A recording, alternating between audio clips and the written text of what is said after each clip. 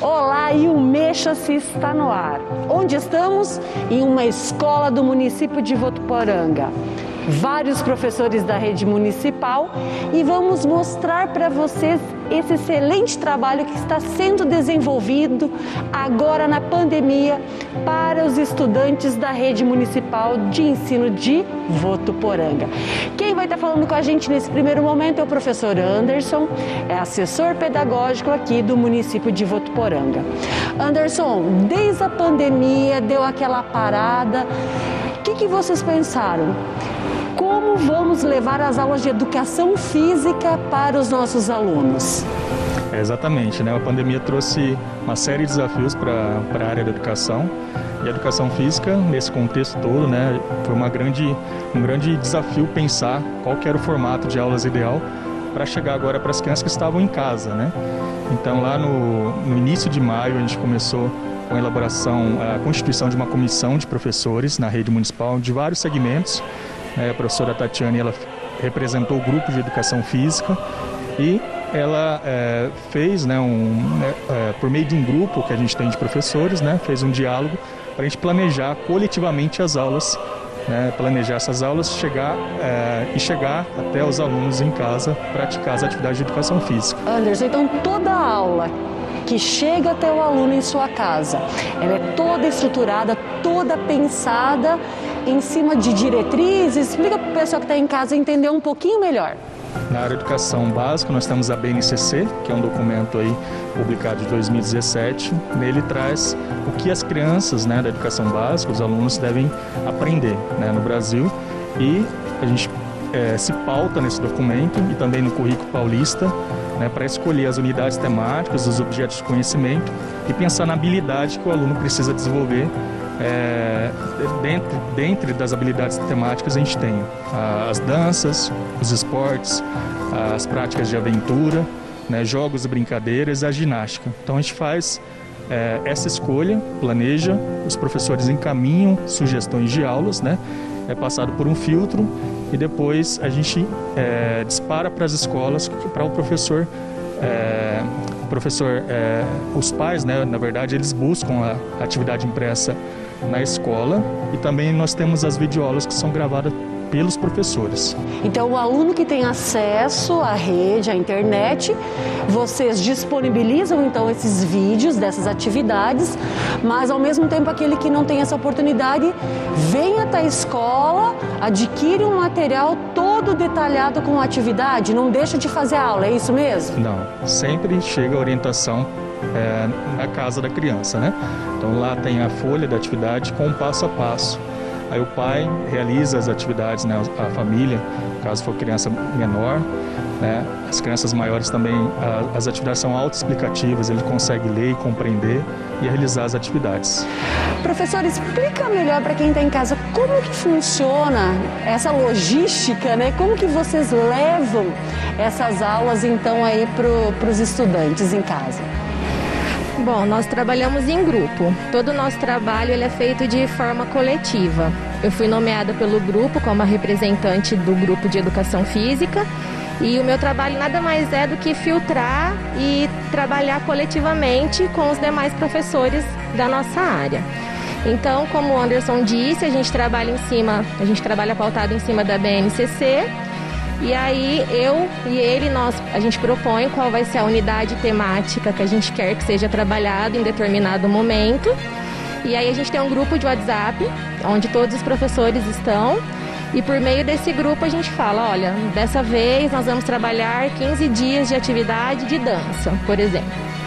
E aí a gente dá um prazo, esses professores eles disparam para mim as sugestões de aulas de dança, voltada para os objetos de conhecimento de cada unidade temática.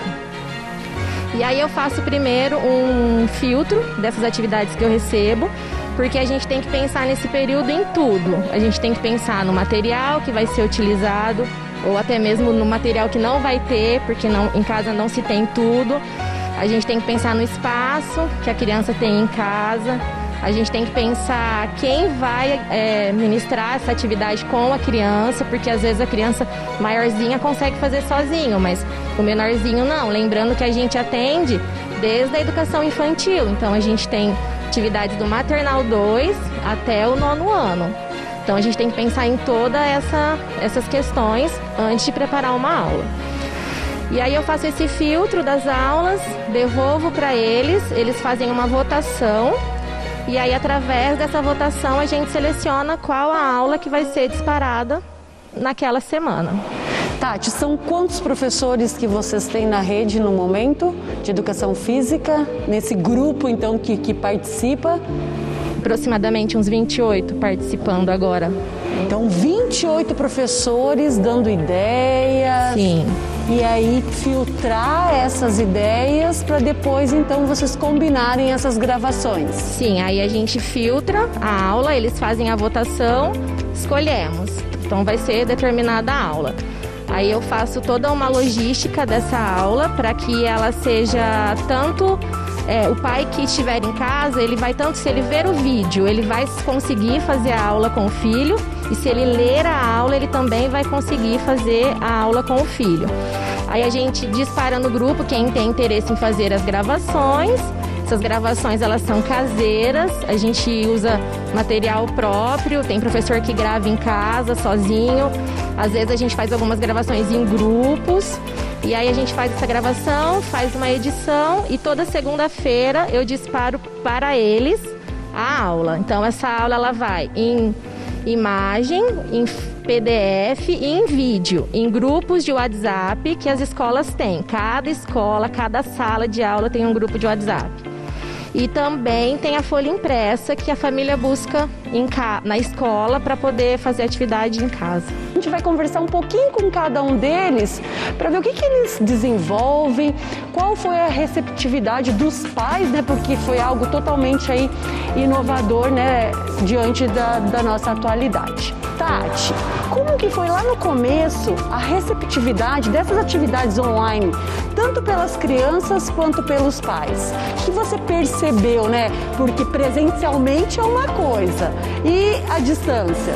É bem diferente, né? Mas assim, tivemos no começo assim todo mundo assustado, né, com o novo processo. Mas assim, tem pais muito dedicados que fazem todas as aulas, mandam os vídeos das crianças, é uma gracinha. E assim, mesmo quem não manda, não pode mandar o vídeo, sempre a gente busca as atividades na escola, vê que a criança respondeu. E a gente procura fazer uma coisa bem simples, assim, porque o infantil, para as crianças, eles precisam dos pais para lerem as atividades para eles. Então, a gente procurou facilitar bastante para um fácil entendimento. Aí as respostas são bem simples, para a criança pintar um emoji, se ela gostou, se ela ficou feliz, se não gostou da atividade. Mas bem tranquilo, assim. Então toda atividade ela é pautada num feedback do que a criança achou daquela atividade. E eu acredito que a parceria fundamental são com os pais. Isso. A parceria, assim, a gente precisou muito dos pais nesse momento, né? Não só nesse momento, a gente precisa sempre deles, né? Mas agora, assim, foi de imprescindível, assim, a ajuda deles para poder dar continuidade nessas atividades. Tati, e as crianças, elas fazem essas atividades propostas com esse feedback que vocês recebem? Como que... Fazem sim. Muitos pais mandam vídeos, muito engraçado, sabe? E vai, assim, muito gratificante também ver eles fazendo atividade, fala que gostou, a gente fica muito feliz. E vocês fazem algumas atividades diferentes aí em datas comemorativas? Então, na Semana da Criança eu fiz uma live com eles, com dança, foi muito, assim, legal. Gostei muito, eu via eles dançando junto comigo, foi bem interessante. Professor Fernando, qual que é a tua experiência, então, com as aulas remotas aí para o Fundamental 1? No começo foi meio assustador, né? Porque foi uma experiência totalmente nova, onde nós não tínhamos conhecimento, né?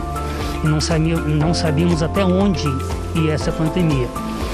Quanto tempo duraria, né? Isso, né? Então, no começo acredito que todos tiveram a mesma dificuldade do que eu, né? Eu gravei algumas aulas particular para os meus alunos antes do grupo, né? De fechar o grupo para todos estarem trabalhando a mesma temática, né? mas está sendo bem gratificante. Assim, é uma experiência. O feedback que a gente tem dos alunos, né, dos pais, é muito legal, muito interessante, né, porque a gente vê a falta que o professor faz na vida das crianças, né, a falta que eles sentem da escola. E os conteúdos que seriam propostos dentro da escola estão sendo levados... Trabalhando de forma remota, né, lógico, de forma adaptada, de uma linguagem mais simples, né, para o próprio entendimento dos pais. Mas nós estamos tentando fazer de uma maneira que chegue todo o conteúdo que nós trabalharíamos o ano em sala presencial de forma remota. Fernando, qual que é a maior dificuldade então encontrada aí pelas essas atividades, por essas aulas remotas? A maior dificuldade que eu achei, né, foi estar conciliando, né, os horários das atividades com os horários das crianças, né? Porque tem muitos pais que trabalham durante o dia todo, né?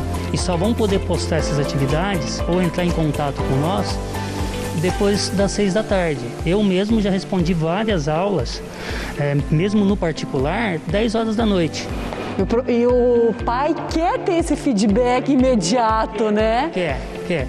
Às vezes que você não responde, ou no momento que ele postou, igual, a maioria dos professores aqui tem igual, eu tenho 13 salas.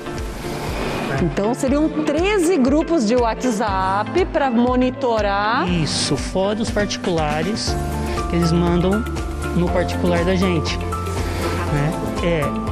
E tem muitos que querem a resposta imediata.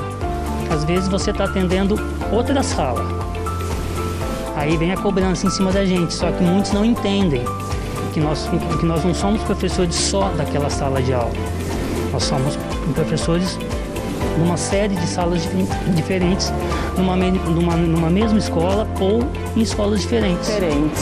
Muito bacana aí, então, o que o professor de educação física, né, está passando aí frente a essa situação.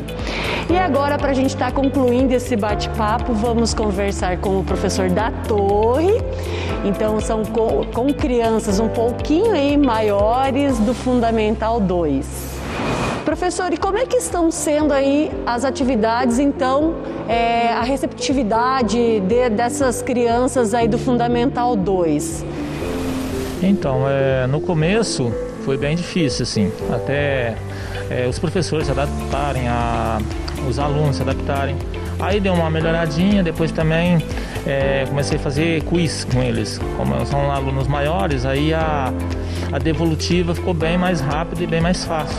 Então, eles gostam bastante aí, atividades dinâmicas, também que tenham a competitividade. Isso, então, aí como o quiz ele é bem mais dinâmico, assim, a resposta, né?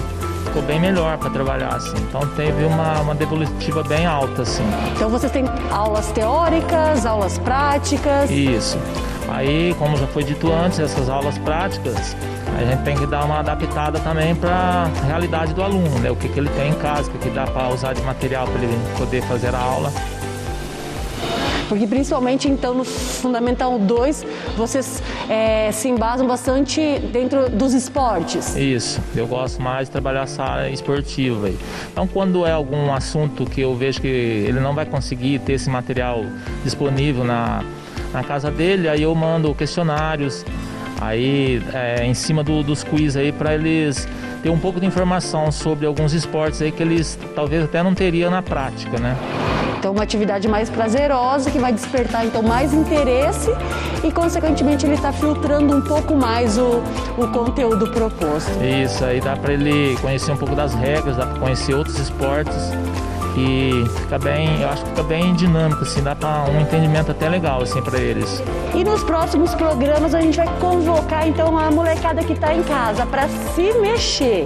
Então vai ter vários exercícios práticos, atividades, tentar sair o quê? Do sedentarismo. E agradecer imensamente aí esse primeiro programa ao professor Fernando, à professora Tatiane, professor da Torre, professora Tatiane e ao professor, meu colega Anderson. E até semana que vem. Mexa-se!